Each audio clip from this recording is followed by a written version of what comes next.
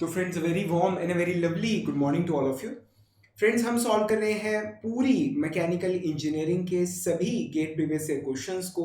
और हमारी इस सीरीज के सभी क्वेश्चंस जो हैं ये आपको मेरी वेबसाइट और मेरी मोबाइल ऐप दोनों जगह अवेलेबल हो जाएंगे। तो आज का जो हमारा ये क्वेश्चन है ये पूछा गया था मैकेनिकल वाइब्रेशंस के अंदर related to d'Alembert principle. ये क्वेश्चन के आया था 2020 के अंदर सेट 2 में what 2 marks and as usual it was really a very simple one. तो प्रॉब्लम था क्या, a hollow spherical ball of radius 20 centimeter floats in still water with half of its volume submerged. Taking the density of water as 1000 kilogram per meter cube and a solution due to gravity as 10 meter per second square, the natural frequency of oscillation of ball normal to water surface is dash radians per second.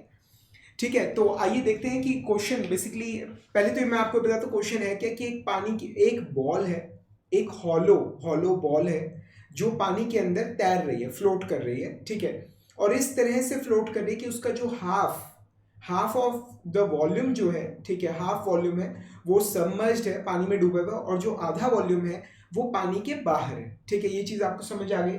अब density और जी की value हमें दे रखी है, हमें basically ये बताना है अगर आप उस बॉल को थोड़ा सा दबा के छोड़ोगे the ball it will start oscillating, वो बॉल ऑसिलेट होना शुरू हो जाएगी। ठीक है, ऊपर नीचे की तरफ मूव करना, वाइब्रेट करना, ऑसिलेट करना शुरू हो जाएगी। आपको ये बताना है कि उस बॉल की नेचुरल फ्रीक्वेंसी क्या होगी। क्लियर है यहाँ तक? ठीक है, तो डायग्राम इसका मतलब बड़ा सिंपल सा है। ये वाटर का लेवल है, ठीक है, और ये राउंड बॉल है। तो ये बॉल जो है वाटर लेवल पानी में जैसे फ्लोट कर रही है, तो आधा वॉल्यूम पानी के अंदर है, आधा वॉल्यूम पानी के बाहर है। ये चीज आपको समझ आएगी। मतलब इससे अगर आप चाहो तो मतलब जो बॉल है उसकी डेंसिटी आप देख सकते हो, उसका मास आप कैलकुलेट कर सकते हो। ठीक है, बिकॉज हम जानते हैं कि जो मतलब कोई भी चीज जो तैर रही है, ठीक है, बेसिकली क्या है, जो फ्लोट कर रही है उसका जो वेट होता है that's basically equal to the weight of the displaced volume. ठीक है, तो अगर इस बॉल का वॉल्यूम है v, वॉल्यूम है अगर इस बॉल का v, ठीक है, तो मल्टीप्लाइड बाय इसकी डेंसिटी इनटू g, ये आ गया इसका weight, and that's basically equal to buoyant force, वो बाइंड फोर्स के बराबर है। और बाइंड फोर्स कितना है, that's v/2 this is the volume displaced जो कि हाफ है। ठीक है, v/2 multiplied by density of water multiplied by g। ये चीज आपको समझ आ रही? हमें क्वेश्चन में क्या कहा गया कि जो हाफ वॉल्यूम है बॉल का वो पानी के अंदर है और हाफ वॉल्यूम पानी के बाहर है। ठीक है, तो बॉल का वेट कितना होगा, that is volume multiplied by rho multiplied by g, and that's basically equal to v/2 जो वॉल्यूम सबमर्ज्ड है multiplied by density of water multiplied by acceleration due to gravity. ठीक है, तो ये g से ये g कट गया, यहाँ पे v से ये v कट गया, and what we get is rho is equal to density of water divided by 2। ठीक है, तो ये हमने निकाल ली कि जो डेंसिटी है बॉल की that's basically equal to density of water divided by 2। अब डेंसिटी ऑफ वाटर हमें जैसे यहाँ पर हमें 1000 दी है अगर, ठीक है, तो डेंसिटी कितनी हो जाएगी, that will be equal to 500 kilogram per metre cube. ठीक है, 500 किलोग्राम पर मीटर क्यूब। तो मतलब अगर जरूरत पड़ेगी तो हम इसका यूज कर सकते हैं। ठीक है ना, तो अब आइए देखते हैं कि ये प्रॉब्लम सॉल्व होगा कैसे बेसिकली। ठीक है, एक्चुअली क्या चीज है, जब आप बॉल को हल्का सा आप प्रेस करेंगे, ठीक है, अभी आप प्रेजेंट ये इक्विलिब्रियम में है, बिल्कुल मतलब स्टेशनरी है, इक्विलिब्रियम में है।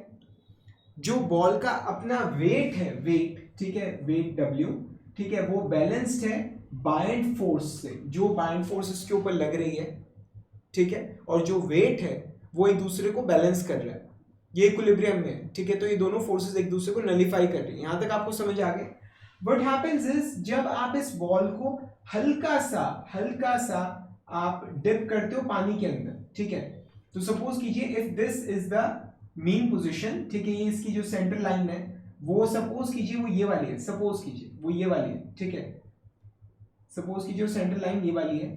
ठीक है, तो जब आप इसे हल्का सा नीचे की तरफ प्रेस करते हो, आपने इसको प्रेस किया और छोड़ दिया, it will start oscillating, oscillate करना शुरू हो जाएगी।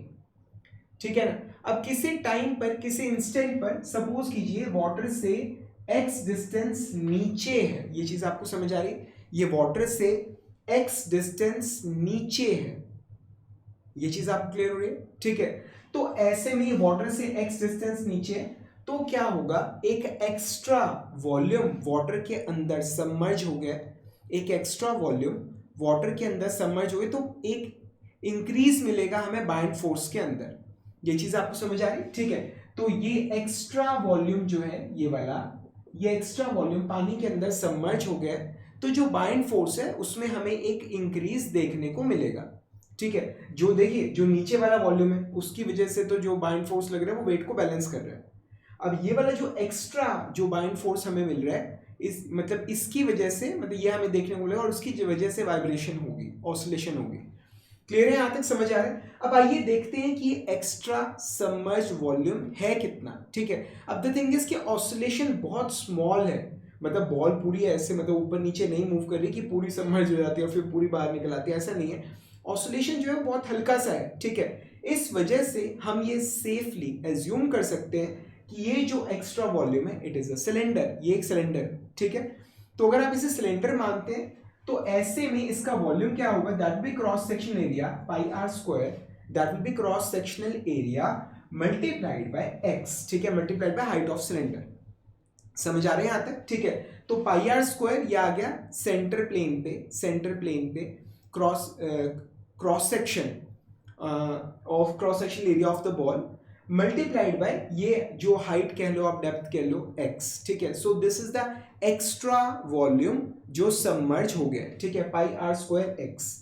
यहां तक आपको क्लियर है। अब इतने हिस्से का मास कितना होगा, इतने हिस्से का सॉरी हमें तो बेसिकली क्या निकालना है, बाइंड फोर्स निकालना है। तो इतने हिस्से में ये जो हिस्सा डिस्प्लेस हुआ है, जो एक्स्ट्रा वॉल्यूम सबमर्ज हुआ है, उसका मतलब डिस्प्लेस्ड वॉल्यूम का मास कितना होगा, that will be multiplied by rho डब्ल्यू, डेंसिटी ऑफ वाटर। ये चीज आपको समझ आ रही, ठीक है। अब इसके वजह से फोर्स कितना, बाइंड फोर्स कितना लगेगा, वेट ऑफ डिस्प्लेस्ड वॉल्यूम, ठीक है। तो दिस मल्टीप्लाइड बाय जी। ये चीज समझ आ रही है आपको। बॉल का सेंटर प्लेन का क्रॉस सेक्शन एरिया कितना है, पाई आर स्क्वायर। अब हमें वॉल्यूम निकालना है, तो ये स्मॉल हाइट हमने x ली है, ठीक है। हमने इसे बेसिकली क्या माना है, हमने इसे एक सिलेंडर माना है, हमने इसे क्या माना है, सिलेंडर माना है, ठीक है। ये चीज आप क्लियर, हमने इसको क्या माना है, हमने इसको सिलेंडर माना है, ठीक है। ये ऐसा इसलिए किया क्योंकि जो हाइट है, height x, it is almost negligible, ये नेग्लिजिबल है। क्लियर है यहां तक, ठीक है। तो ये हमारा वॉल्यूम आ गया। इतने वॉल्यूम के अंदर कितना वाटर आता, कितना वाटर हमने डिस्प्लेस किया है, so that's multiplied by density of water, ठीक है। अब उस वाटर का वेट कितना है, दैट्स मल्टीप्लाइड बाय जी। ये चीज आपको क्लियर हो रही है, ये चीज यहां तक समझ आ रही है, ठीक है। तो ये हमने बेसिकली एक्स्ट्रा, क्या बोल रहा हूं, एक्स्ट्रा बाइंड फोर्स हमने निकाल लिया। क्लियर है यहां तक आपको, ठीक है। अब क्या चीज है, ये मतलब वाटर का लेवल आ गया, दिस इज वाटर लेवल, ठीक है। ये हमारी बॉल का सेंट्रल एक्सिस आ गया, ठीक है। तो अब नीचे की तरफ मैंने पॉजिटिव माना है डिस्प्लेसमेंट को, वेलोसिटी को और एक्सेलरेशन को, ठीक है। तो मैं ये मान के चल रहा हूं कि जो एक्सेलरेशन है वो नीचे की तरफ पॉजिटिव है, मैं ये मान के चल रहा हूं कि एक्सेलरेशन नीचे की तरफ लग रहा है। अगर नहीं होगा तो मतलब आंसर आपका नेगेटिव आ जाएगा, तो कोई वरी करने की जरूरत नहीं है, ठीक है। तो ऐसे में जो हमारा क्या बोलते हैं, इनर्शिया फोर्स, ठीक है, वो क्या होगा, that will be mx double dot, ठीक है, mx double dot, where m is the mass of the ball, ठीक है। mx double dot plus rest जो फोर्सेस लग रही हैं, plus g rho w pi r square x, ठीक है। ये जो बाकी फोर्सेस लग रही हैं वो, ठीक है, and sum of all the forces that will be equal to 0, ठीक है। जो बाइंड फोर्स है वो भी ऊपर की तरफ लग रहा है, ऊपर की तरफ, और जो हमारा इनर्शिया फोर्स है, अब एक्सेलरेशन नीचे की तरफ माना है तो inertia force opposite to the direction लगेगा, ऊपर की तरफ लगेगा। ये चीज आपको क्लियर हो रही है। तो दिस इज द इक्वेशन, ये इक्वेशन तैयार हो गई है।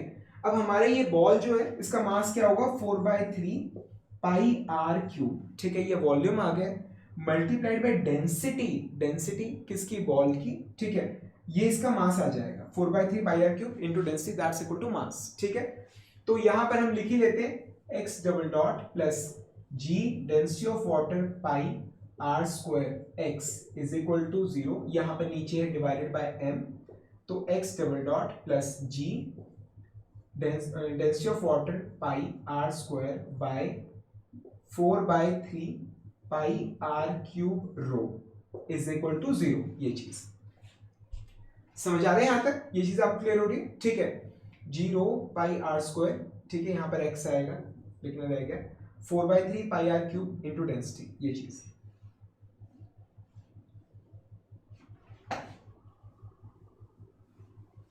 आइए इसको सॉल्व करते हैं, देखते हैं क्या आ रहा है। एक तो सबसे पहले पाई से पाई कट जाएगा, ठीक है।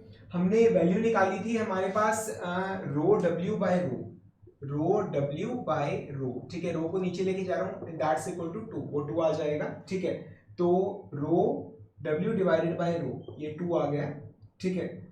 सो ये एक्स स्क्वायर से ये आर स्क्वायर से आर क्यूब कट जाएगा, खाली आर बचेगा, तो ये आ गया हमारे पास x double dot plus 3g, ठीक है। यहाँ पर 2 आ गया, ठीक है, divided by 4r x is equal to 0, ठीक है। ये भी इससे कट गया, 2 आ गया, x double dot plus 3g by 2r x is equal to 0, ये चीज, ये चीज यहां तक आपको समझ आ रहा है? ये चीज आप क्लियर हो रही है? ठीक है।